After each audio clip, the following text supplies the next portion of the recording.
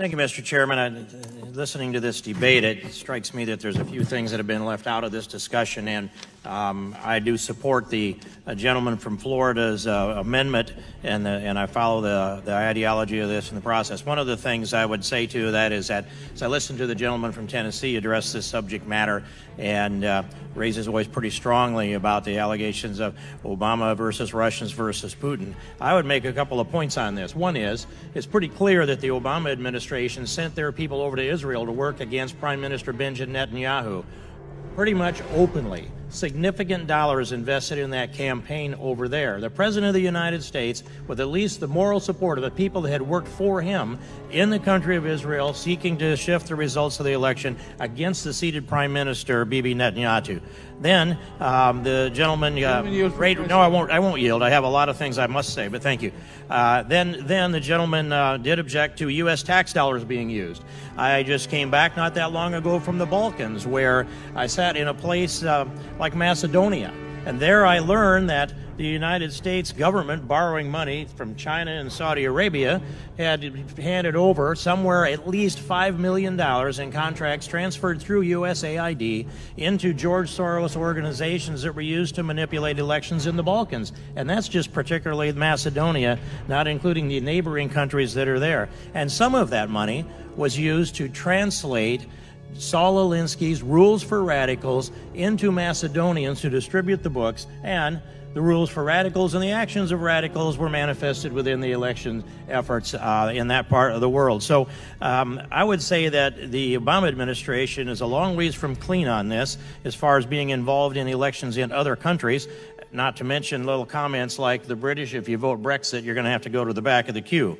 So that's the taxpayer dollars piece of this. But the long string that we should be looking at with this investigation and special counsel that is our request here, it goes a long ways back. It goes clear back to Huma Abedin, Anthony Weiner, 650,000 emails, which we still have access to.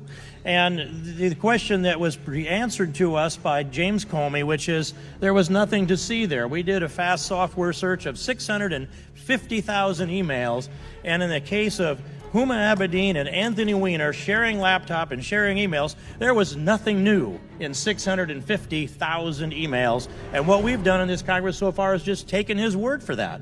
Now, it seemed fairly logical to take his word at the time until you examine the investigation that he conducted of Hillary Clinton. Oh, by the way, it was a matter.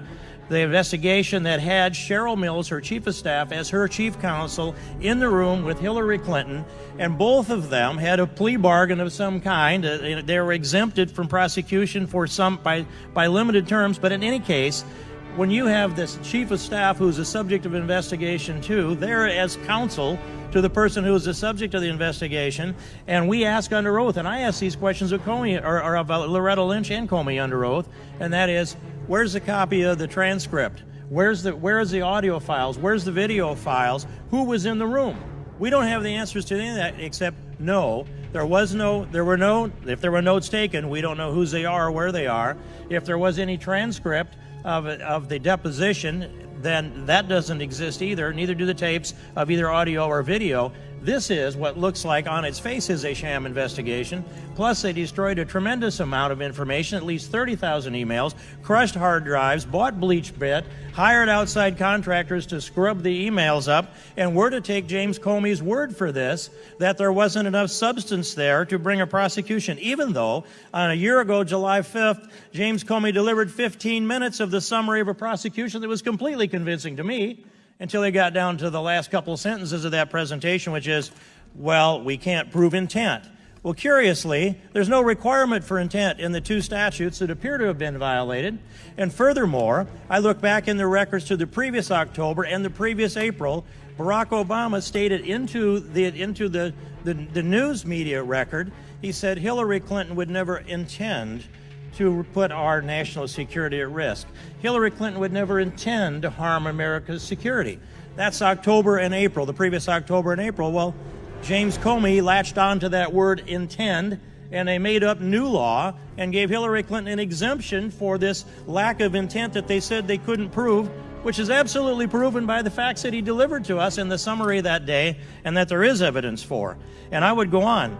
Not only does this trail lead through Hillary Clinton and James Comey, but the Loretta Lynch component of this as well. When you put this in place and you look at the example of them on the tarmac, it's hard to imagine they sat there for 38 minutes and discussed grandchildren. I think that might even be singular grandchild at the time. We should check that.